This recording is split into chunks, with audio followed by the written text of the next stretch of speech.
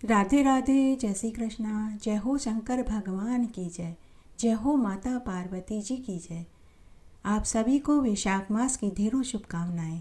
आइए समय गवाए बिना अब हम वैशाख मास का 10वां अध्याय और 10वें दिन की पुण्य फल देने वाली कथा को सुनेंगे। साथ ही इस अध्याय में हम शालिग्राम भगवान का महात्म्य और शालिग्राम भगवान की एक पवित्र पौराणिक पुण्य फल देने वाली कथा को सुनेंगे।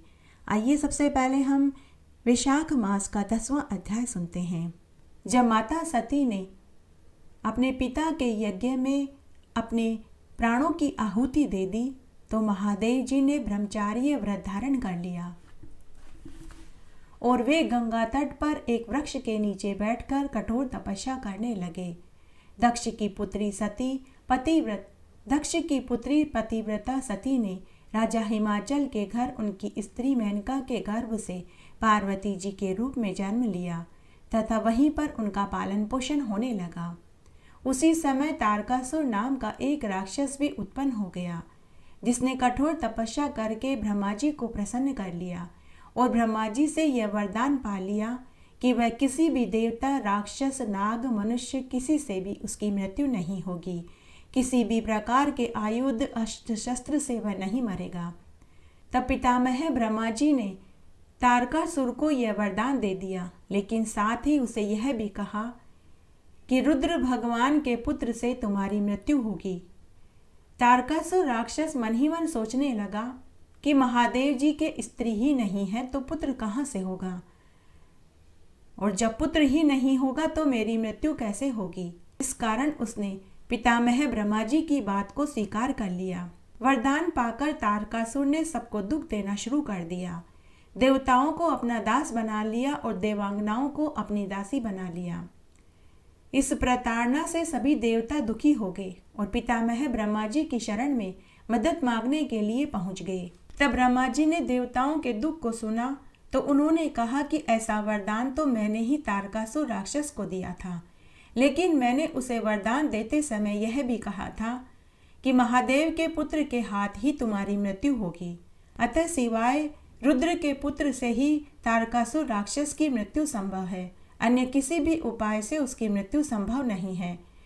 अतः ऐसा उपाय करना चाहिए कि महादेव जी के पुत्र हो और उस पुत्र से तारकासुर की मृत्यु हो। पितामह ब्रह्मा जी सभी देवताओं से आगे बोले कि हे देवताओं, सती ने दक्ष के यज्ञ में अपने प्राण त्याग दिए थे, परंतु अब वे पार्वती के रूप में हिमाचल के घर पैदा हो चुकी है। परंतु रुद्र भगवान हिमाचल के शिखर पर घोर तपस्या कर रहे हैं। अतः ऐसा उपाय करना चाहिए जिससे रुद्र भगवान का पार्वती जी के साथ पाणी ग्रहण हो जाए। तब सभी देवताओं ने इंद्र सहित अमरावतीपुरी में जाकर गुरु बृहस्पति जी से सलाह मशवरा करी।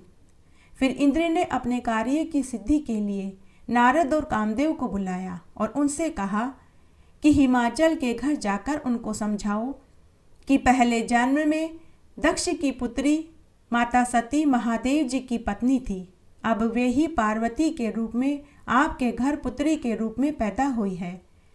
और उधर महादेव जी सती के वियोग में पर्वत शिखर पर कठोर तपस्या कर रहे हैं, इसलिए आप अपनी कन्या का विवाह उनसे करने के लिए राजी हो जाइए, जिससे माता पार्वती जी जाकर महादेव जी की सेवा कर सके, क्योंकि वे ही उनके पति होंगे।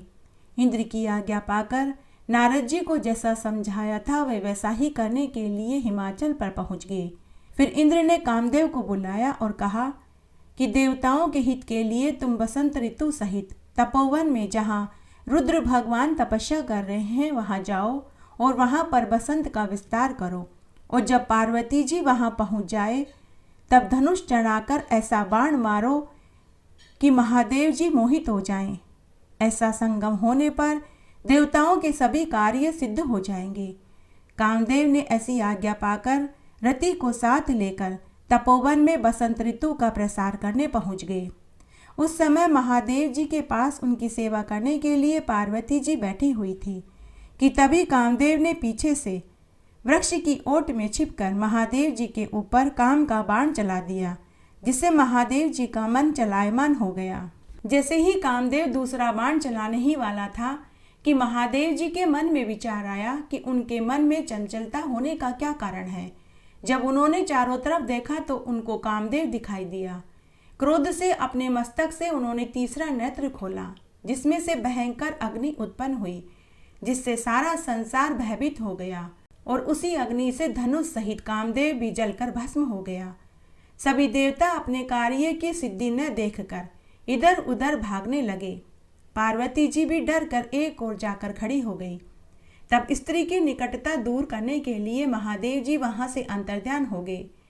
हित की सिद्धि करने वाले देवताओं का कार्य सफल नहीं हुआ, बल्कि उल्टा हो गया। जो कोई भी साधुओं से दुष्टता करता है उनके साथ ऐसा ही होता है। इसी से इक्वांकु वंश का राजा भी साधुओं को अप्रिय था, क्योंकि वह योग्य साधुओं की न सेवा करता था, न ही उनकी मदद करता था।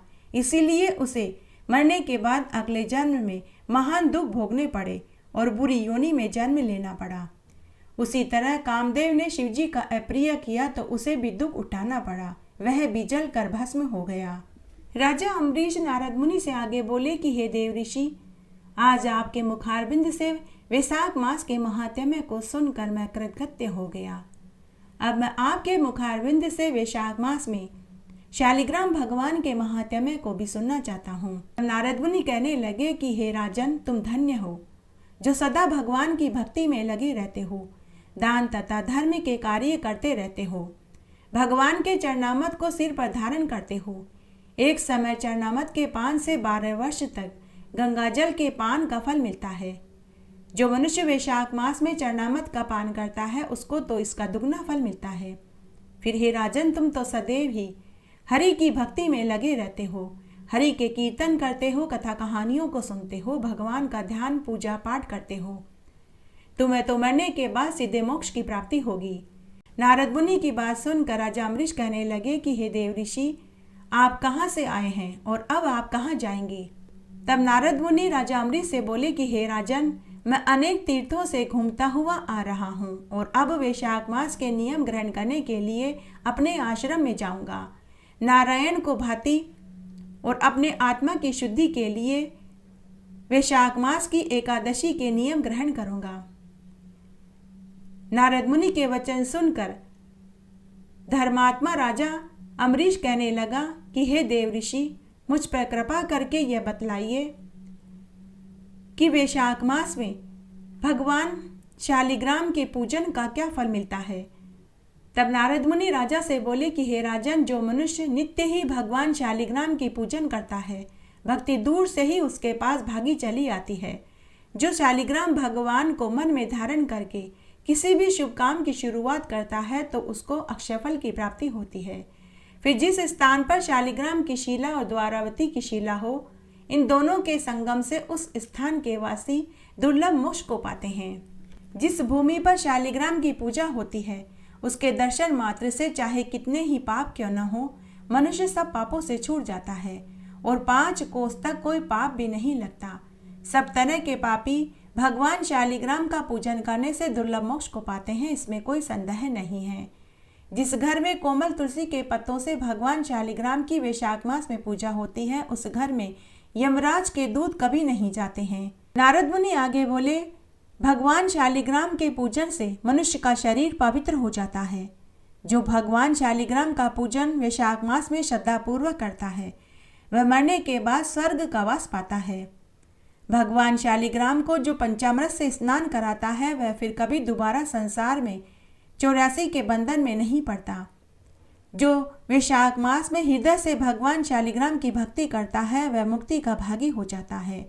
विशेषकर वैशाख मास में भगवान शालिग्राम पर तुलसी की माला जो चढ़ाता है उसके मन की सभी मनोकामनाएं पूरी हो जाती है। पुष्प माला भगवान को इतनी प्रिय नहीं जितनी कि तुलसी की माला प्रिय है।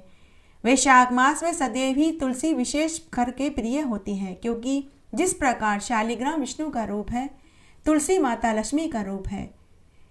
इस प्रकार भगवान शालिग्राम को स्नान करा कर के वैशाख मास में चंदन लगावें, पुष्पमाला चढ़ावें। भगवान शालिग्राम को अर्पित की हुई पुष्पमाला को जो मनुष्य अपने सिर पर धारण करता है उसी क्षण उसके हजारों जन्म के पाप धुल जाते हैं। इसलिए मंजरी युक्त तुलसी की माला भी भगवान को अर्पित करनी चाहिए। तुलसी के प्रथम पत्र से ब्रह्मा जी प्रसन्न होते हैं, दूसरे से महादेव जी और मंजरी के चढ़ाने से स्वयं विष्णु भगवान प्रसन्न हो जाते हैं। उस व्यक्ति को अकाल मृत्यु का कभी भी भय नहीं सताता। विशेष करके वैशाख मास में भगवान पर अनेक प्रकार के मंगल पुष्प चढ़ाने चाहिए। फिर गंडकी नदी का जल भगवान को अर्पित करने वाला मनुष्य कभी नरक को नहीं देखता। श्रुति, स्मृति और पुराणों के आधार पर भगवान शालिग्राम की 24 रूपों में पूजा की जाती है। तो राजा अम्बरीश नारद मुनि से पूछने लगे कि हे देव ऋषि, अब आप मुझे भगवान शालिग्राम के 24 रूपों के महात्म्य को सुनाइए, मैं सुनना चाहता हूँ।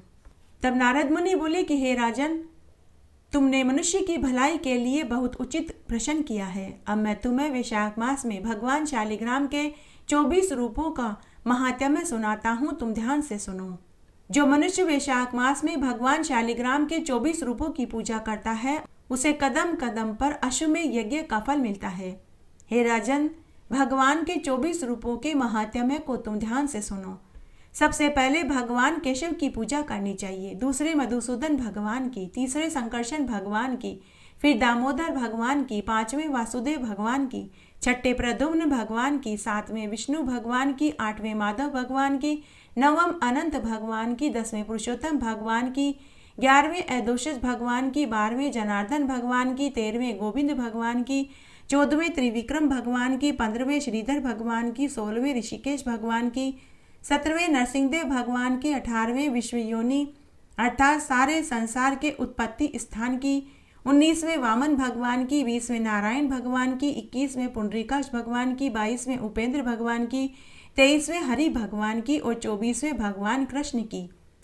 नारद मुनि कहने लगे कि हे राजन, ये मैंने तुम्हें भगवान के 24 रूपों के महात्म्य को विस्तार से सुनाया। जो भी मनुष्य वैशाख मास में इनका पूजन और स्मरण करता है, वह भव सागर से पार हो जाता है, जन्म तथा मरण से मुक्त होकर फिर संसार में कभी नहीं आता। भगवान के 24 रूपों के महात्म्य को पढ़ने और सुनने मात्र से मनुष्य के बहुत से पापों का नाश हो जाता है। इन नामों को जो वैशाख मास में नित्य ही उच्चारण करते हैं, सुनते हैं, प्रत्येक मनुष्य के सुनने मात्र से और पढ़ने मात्र से ही मन वांछित फल की इच्छा पूरी हो जाती है और इस संसार के समस्त सुखों को भोग कर अंत में वह मोक्ष को ही पाता है। नारद मुनि आगे बोले कि हे राजन, जहाँ शालिग्राम की शिला रहती है, वहाँ भगवान हरि विराजमान होते हैं और वहीं संपूर्ण तीर्थों को साथ लेकर भगवती लक्ष्मी भी निवास करती है। ब्रह्म हत्या आदि जितने भी पाप है, वे सब शालिग्राम शिला की पूजा करने से ही नष्ट हो जाते हैं। छत्राकार शालिग्राम में राज्य देने की, वर्तुलाकार शालिग्राम में प्रचुर संपत्ति देने की योग्यता है। शकट के आकार वाले शालिग्राम से दुख, शूल के नोक के समान आकार वाले से मृत्यु निश्चित है। विकृत मुख वाले दरिद्रता, पिंगल वर्ण वाले हानि, भग्न चक्र वाले व्याधि, कटे हुए शालिग्राम निश्चित रूप से मरणप्रद है। व्रत, दान, प्रतिष्ठा तथा श्राद्ध आदि सत्कार्य शालिग्राम की सन्निधि में करने से सर्वोत्तम फल देते हैं। शालिग्राम के समक्ष रहने वाला पुरुष संपूर्ण तीर्थों में स्नान कर चुका हो तथा समस्त यज्ञों में उसे सफलता प्राप्त हो गई हो, अखिल यज्ञों, तीर्थों, व्रतों और तपस्या के फल का वह अधिकारी समझा जाता है। चारों वेदों के पढ़ने वाले तपस्या करने से जो पुण्य मिलता है, वही पुण्य भगवान शालिग्राम की पूजा करने से ही मिल जाता है। जो निरंतर शालिग्राम शिला के जल से अभिषेक करता है, वह संपूर्ण दान के पुण्य और पृथ्वी की पदक्षिणा के उत्तम फल का अधिकारी हो जाता है। शालिग्राम शिला के जल का निरंतर पान करने वाला पुरुष देवा अभिलक्षित प्रसाद पाता है, इसमें भी कोई संदेह नहीं है। संपूर्ण तीर्थ और उस पुण्यात्मा पुरुष का स्पर्श करना चाहता है। जीवन मुक्त एवं महान पवित्र वह व्यक्ति भगवान श्री हरि के पद का अधिकारी हो जाता है। भगवान के धाम में वह उसके साथ असंख्य प्राकृत प्रलय तक रहने की सुविधा प्राप्त कर लेता है। शालिग्राम का पूजन करने वाले पुरुष को देखकर ब्रह्महत्या के समान जितने भी बड़े बड़े पाप हैं, वे इस तरह भागने लगते हैं जैसे गरुड़ को देखकर सर्प भाग जाता है। उस पुरुष के चरणों की रज से पृथ्वी देवी अपने आप को पवित्र मान लेती है। उसके जन्म लेते ही लाखों पितरों का उद्धार हो जाता है। मृत्युकाल के अवसर पर जो शालिग्राम के जल का पान करता है, वह संपूर्ण पापों से मुक्त होकर विष्णु लोक को पाता है। उसे निर्वाण मुक्ति सुलभ हो जाती है। वह कर्म भोग से छूटकर भगवान श्री हरि के चरणों में लीन हो जाता है, इसमें भी कोई संदेह नहीं। शालिग्राम को हाथ में लेकर मिथ्या बोलने वाला व्यक्ति कुंभीपाक नरक में जाता है और ब्रह्म की आयु पर्यंत उसे वहीं रहना पड़ता है। जो शालिग्राम को धारण करके की हुई प्रतिज्ञा का पालन नहीं करता, उसे लाख मनवंतर तक अस्सी पत्र नामक नरक में दुख भोगने पड़ते हैं। जो व्यक्ति शालिग्राम से तुलसी के पत्र को दूर करता है, उसे दूसरे जन्म में स्त्री का साथ नहीं मिलता। शंख से तुलसी पत्र का विच्छेद करने वाला व्यक्ति भार्याहीन तथा 7 जन्म तक रोगी होता है। शालिग्राम, तुलसी और शंख, इन तीनों को जो महान ज्ञानी पुरुष एकत्र और सुरक्षित रूप से रखता है, उसे भगवान श्री हरि की प्रीति प्राप्त हो जाती है। नारद मुनि राजा अम्बरीश से आगे बोले कि हे राजन, ये मैंने तुम्हें वैशाख मास में शालिग्राम भगवान के संपूर्ण महात्म्य को सुनाया। अब तुम बताओ और क्या सुनना चाहते हो। वैशाख मास में शालिग्राम भगवान की पूजा करने, कथा सुनने से बहुत पुण्य फल मिलता है। आइए अब हम शालिग्राम भगवान की पौराणिक कथाएं सुनते हैं। एक बार बहुत छोटा सा गांव था। उस गांव में यादव जाति का एक परिवार था। उन यादव परिवार का एक लड़का था जो गांव के जमींदारों की गायें जंगल में चराने जाया करता था। बदले में जो ग्वाली मिलती थी वही उनकी आजीविका का साधन था। तब एक बार की बात है, वैशाख मास में एक सन्यासी उनके गांव में आया। उनके गांव में भगवान विष्णु का एक छोटा सा मंदिर था। वह सन्यासी रोज वन में तालाब पर स्नान करता, वहीं सूर्य भगवान को अर्घ्य देता और वहीं एक पेड़ के नीचे बैठकर अपने शालिग्राम भगवान को रख कर पूजा पाठ करता। संध्या वंदन करके वह विष्णु भगवान के मंदिर में जाकर कंद मूल फल खाकर सो जाता था। उस सन्यासी को ऐसा करते हुए वह ग्वाला रोज देखने लगा। उत्सुकतावश वह ग्वाला सन्यासी की सेवा करने लगा। जब सन्यासी तालाब में स्नान करता तो वह ग्वाला उनके कपड़ों को धोकर पेड़ पर सुखा देता। फिर उन्हें शालिग्राम भगवान की पूजा पाठ करते हुए देखता तो वह उनके लिए फूल ला कर के देने लगा। जब कपड़े सूख जाते तो समेटकर सन्यासी को देता और वन में से कंद मूल फल तोड़ कर लाकर सन्यासी को देता। इस तरह पूरे वैशाख मास में वह ग्वाला साधु की सेवा करता रहा।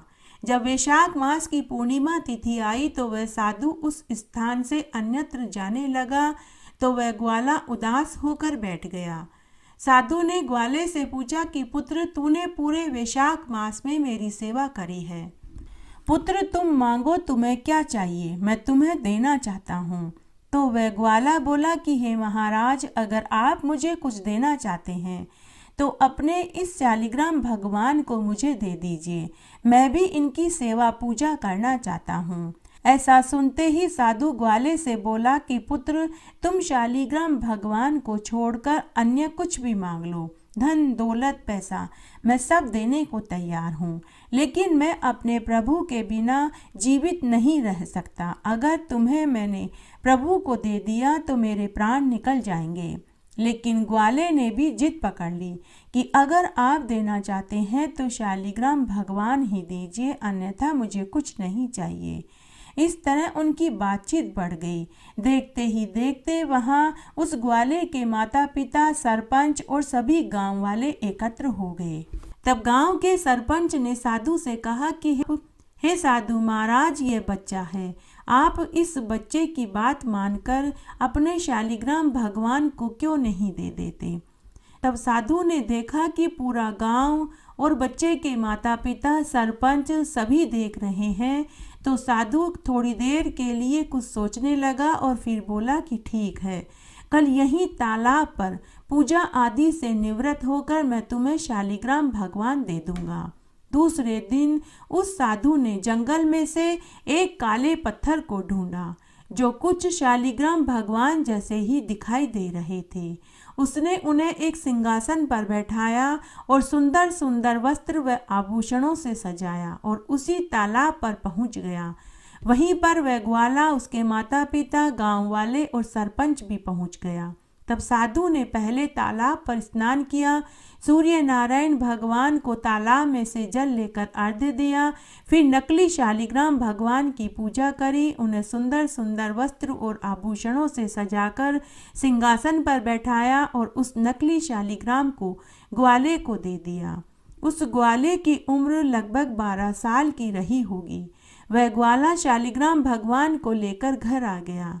उसके बाद वह साधु आगे तीर्थ यात्रा पर चला गया।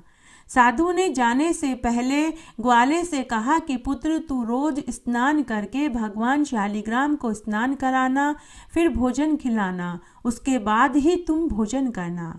ग्वाले ने ऐसा ही किया। उसने स्नान किया, फिर उसके बाद उसने शालिग्राम भगवान को स्नान कराया, सुंदर सुंदर वस्त्र पहनाए और उनके सामने भोजन की थाली रखकर बैठ गया और बोला कि हे शालिग्राम भगवान, आप भोजन कर लीजिए। लेकिन शालिग्राम भगवान ने भोजन नहीं किया। जब शालिग्राम भगवान ने भोजन नहीं किया तो उस ग्वाले ने भी भोजन नहीं किया। इस तरह 7 दिन निकल गए। शालिग्राम भगवान भोजन खाते नहीं तो ग्वाले ने भी भोजन नहीं किया। ग्वाला भूख प्यास से बेहाल एक दिन जंगल में गिर पड़ा। गायें तो शाम होने तक अपने अपने घरों में अपने अपने मालिकों के पहुंच गई, लेकिन ग्वाला घर नहीं पहुंचा।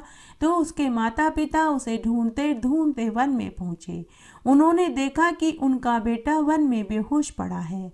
उस ग्वाले के माता पिता लोगों की मदद से अपने पुत्र को घर लाए और वेद जी को दिखाया। वेद जी ने कहा कि आपका बेटा कई दिनों से भूखा प्यासा है, इसीलिए बेहोश हो गया। आप इसे भोजन कराइए, यह ठीक हो जाएगा।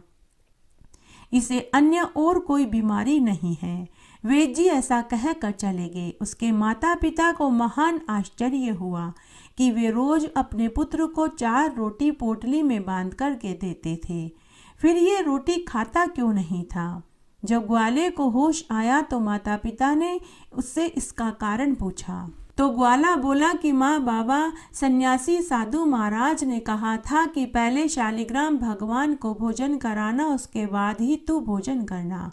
माँ बाबा, मैं शालिग्राम भगवान को रोज 2 रोटी थाली में परोस कर देता था, लेकिन उन्होंने भोजन ही नहीं किया, तो फिर मैं कैसे भोजन कर सकता हूँ।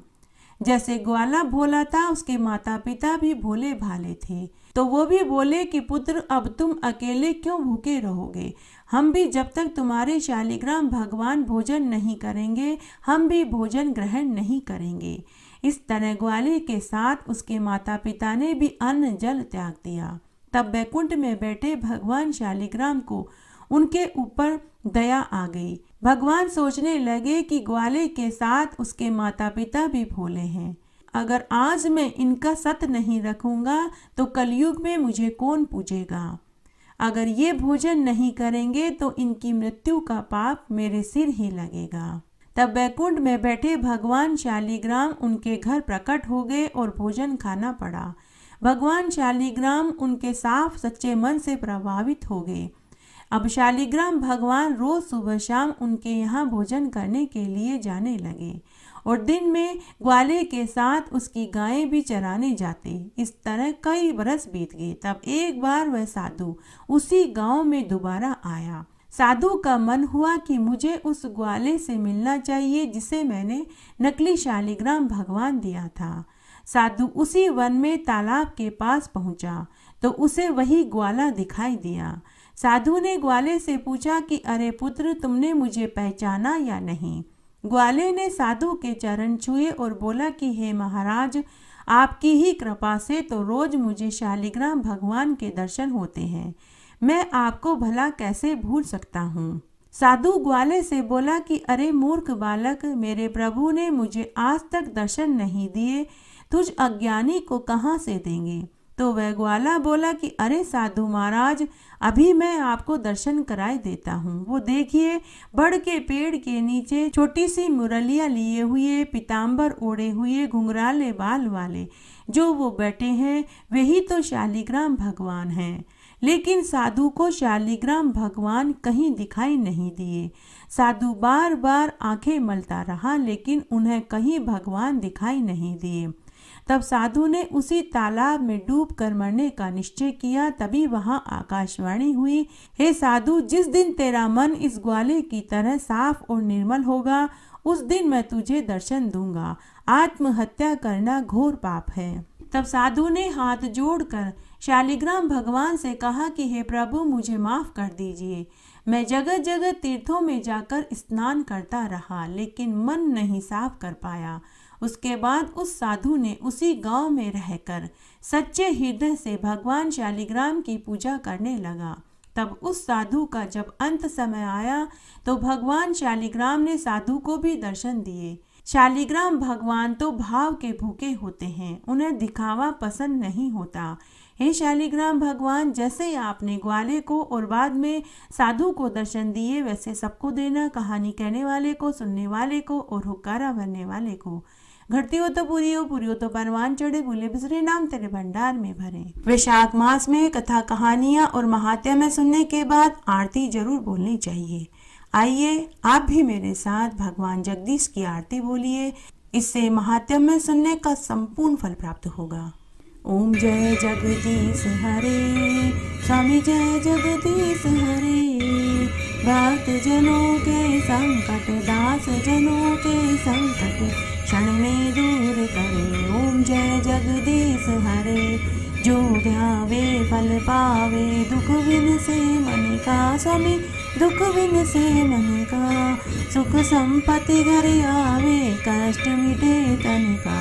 ओम जय जगदीश हरे, बात बीता तुम मेरे, शरण गाऊं किसकी। स्वामी शरण गाऊं किसकी, तुम बिन और न दूजा, आस करूं जिसकी। ओम जय जगदीश हरे, तुम पूर्ण परमात्मा, तुम्हें अंतर्यामी। स्वामी तुम्हें अंतर्यामी, पार ब्रह्म परमेश्वर, तुम सबके स्वामी। ओम जय जगदीश हरे, तुम करुणा के सागर, तुम पालन करता। स्वामी तुम पालन करता, मैं मूर्ख खल कामी, कृपा करो करता। ओम जय जगदीश हरे, तुम हो एक अगोचर, सबके प्राणपति। स्वामी सबके प्राणपति, किस विध मिलूं दया में, तुमको मैं कुमति। ओम जय जगदीश हरे, दीन बंधु दुख हरता, तुम ठाकुर मेरे। स्वामी तुम रक्षक मेरे, अपने हाथ उठाओ, द्वार पड़ा तेरे। ओम जय जगदीश हरे, विषय विकार मिटाओ, पाप हरो देवा। स्वामी पाप हरो देवा, श्रद्धा भक्ति बढ़ाओ, संतन की सेवा। ओम जय जगदीश हरे, तन मन धन सब कुछ अर्पण है तेरा। स्वामी सब कुछ है तेरा, तेरा तुझको अर्पण क्या लागे मेरा। ओम जय जगदीश हरे, ओम जगदीश की आरती जो कोई जन गावे। स्वामी जो कोई जन गावे, कहत शिवानंद स्वामी, मन वांछित फल पावे। ओम जय जगदीश हरे, ओम जय जगदीश हरे। स्वामी जय जगदीश हरे, भक्त जनों के संकट, दास जनों के संकट क्षण में दूर करे। ओम जय जगदीश हरे।